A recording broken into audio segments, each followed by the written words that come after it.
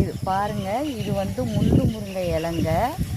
இந்த முள்ளு முருங்கை மரமே நம்ம ஊரில் இதை உண்டாக்கி வச்சுருக்குறோம். இந்த மரத்துலேருந்து உள்ள இலையை எடுத்து சளி, வாய் புண்ணு, நெஞ்சு வலி, இந்த சளிக்கெல்லாம் இந்த இலை கேட்குங்க.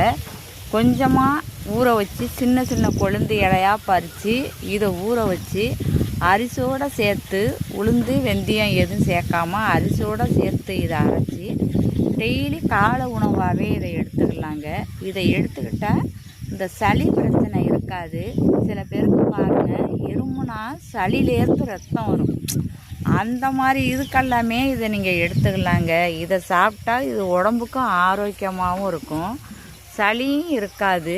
நீங்கள் எவ்வளவு தான் ட்ரீட்மெண்ட் எடுத்தாலும் சளி போகாதுங்க. இது எப்போதுமே பெரியவங்க சிறியவங்க எல்லாருமே இது ஒவ்வொரு தோசை இது செஞ்சு சாப்பிட்டுக்கலாங்க. இதுதான் முள்ளு முருங்கை இலை. பார்த்துக்கங்க.